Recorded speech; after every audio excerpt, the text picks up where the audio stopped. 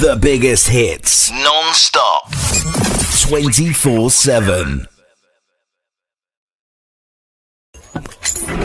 You are listening to Emmachev Radio. Good day, Radiant listeners. You're live on Emmachev Radio, where the waves are warm, the laughter is loud, and the connection is real. Whether you're sipping coffee, stuck in traffic, or just vibing at home, we're here to turn your day up a notch. A massive thank you to each of you for tuning in. You're the heartbeat of this station. Now let's kick things off with a joke so long. You'll want to buckle up. Ready? Let's roll. All right, folks. Picture this. A farmer named Joe buys a magical pig at a mysterious flea market. The seller says, "This pig can sing opera." Joe scoffs, but sure enough, when he gets home, the pig belts out Nessun Dorma like Pavarotti. Stunned, Joe calls the local newspaper. A reporter rushes over, records the pig, and writes a front-page story. Farmer's pig sings opera. Scientists baffled. Overnight, Joe's farm becomes a tourist hotspot. Crowds flock to hear the pig. Then a talent agent shows up, offers Joe a $1 million deal to take the pig on tour. Joe agrees, but on opening night, disaster strikes. The pig clams up, no singing, just oinks. The crowd boos, the agent storms off, and Joe returns home broke and confused. A week later, the flea market seller reappears. Joe yells, "You swindled me!" That pig quit singing. The seller calmly replies, "Did you read the fine print? The pig only sings in front of an audience of pigs." Joe blinks. "How was I supposed to know that?" The seller shrugs. "It's a swine song. You needed a ham audience." And there you have it, friends. A joke so cheesy it belongs on a pizza. Thanks for sticking with me through that performance. You're all absolute legends for tuning in to Emmachev Radio. Don't go anywhere because up next we've got a playlist so fire it'll make your speakers blush. Keep those dials locked here, keep spreading the love, and remember, life's too short not to laugh. This is your host, signing off with a reminder. Emmachev Radio is always here to turn your day from oink to opera. Stay awesome, stay tuned, and keep shining. Sundays from 16 to 16 to 18. Only on Emmachev Radio. Loyal Sanders is security every Sunday for Top Sound, where you get great interviews with your favorite artists. I'm a major data overall entertainment experience. Don't miss out. Set your reminders and make Top Sound your Sunday afternoon delight.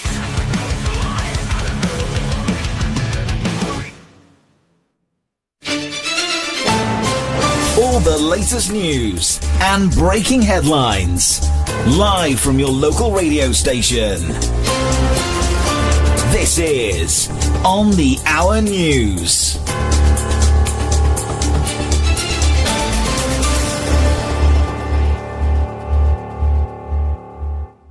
Tragic news out of Egypt today. A tourist submarine sank near Hurghada, and 6 Russian tourists lost their lives.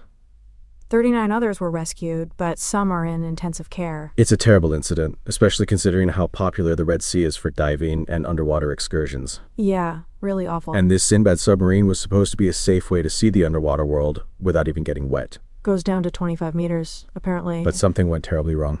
A lot of questions still need to be answered about what caused the sub to sink. Absolutely. And this isn't the first accident involving tourists in the Red Sea. It's a reminder of the risks involved, even in seemingly controlled environments. Switching gears a bit, did you see that piece on FIFA President Infantino? Talk about audacious. $1 billion prize for the Club World Cup, and he's trying to spin it as some act of benevolence. Oh, the irony. Promoting access and equity, he says, while lining the pockets of the already wealthy. Classic FIFA. Just another blatant money grab disguised as something noble. Barney Ronay nailed it in his piece. From underwater tragedies to financial shenanigans, what's next? Speaking of questionable actions, how about those planned protests against Elon Musk at Tesla showrooms? Wow, nearly 200 locations worldwide? They're calling it Tesla Takedown's Global Day of Action? Apparently this is part of a larger movement that started after Trump's second term began. It sounds like they're connecting Musk's actions with the Trump administration's policies. Layoffs, budget cuts, even fascist salutes are mentioned. It's a pretty strong statement. definitely. It'll be interesting to see how Tesla and the government respond to these demonstrations. It's a volatile mix of politics, business, and public opinion. Famous Stories Every Child Should Know. Edited by Hamilton Wright Mabby. 1. A Child's Dream of a Star. Written by Charles Dickens. There was once a child, and he strolled about a good deal, and thought of a number of things. He had a sister who was a child too, and his constant companion. These two used to wonder all day long. They wondered at the beauty of the flowers. They wondered at the height and blueness of the sea. They wondered at the depth of the bright water. They wondered at the goodness and the power of God who made the lovely world. They used to say to one another sometimes, supposing all the children upon earth were to die, would the flowers and the water and the sky be sorry? They believed they would be sorry, for, said they, the buds are the children of the flowers, and the little playful streams that gambol down the hillsides are the children of the water, and the smallest bright specks playing at hide-and-seek in the sky all night must surely be the children of the stars, and they would all be grieved to see their playmates, the children of men, no more. There was one clear, shining star that used to come out in the sky before the rest, near the church spire above the graves. It was larger and more beautiful, they thought, than all the others, and every night they watched for it, standing hand in hand at a window. Whoever saw it first cried out, "I see the star!" And often they cried out both together, knowing so well when it would rise and where. So they grew to be such friends with it that, before lying down in their beds, they always looked out once again to bid it good night, and when they were turning round to sleep, they used to say, "God bless the star."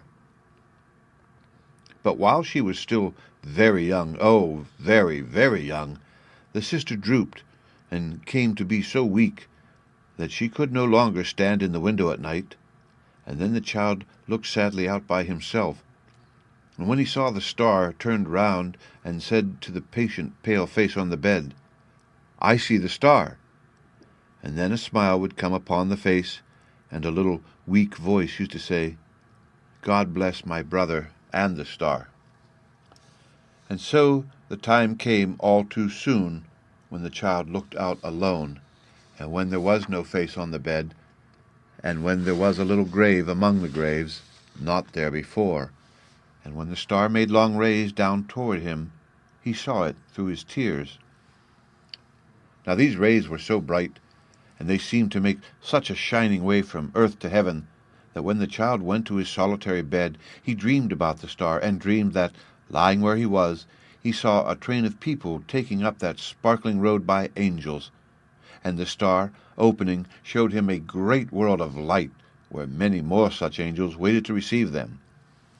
All these angels who were waiting turned their beaming eyes upon the people who were carried up into the star, and some came out from the long rows in which they stood, and fell upon the people's necks, and kissed them tenderly, and went away with them down avenues of light, and were so happy in their company that, lying in his bed, he wept for joy.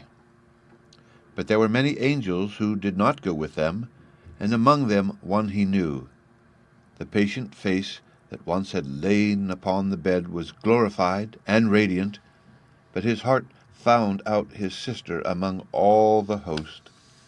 His sister's angel lingered near the entrance of the star, and said to the leader among those who had brought the people thither, "Is my brother come?" And he said, "No." She was turning hopefully away when the child stretched out his arms and cried, "Oh, sister, I am here, take me." And then she turned her beaming eyes upon him, and it was night, and the star was shining into the room, making long rays down towards him as he saw it through his tears. From that hour forth, the child looked out upon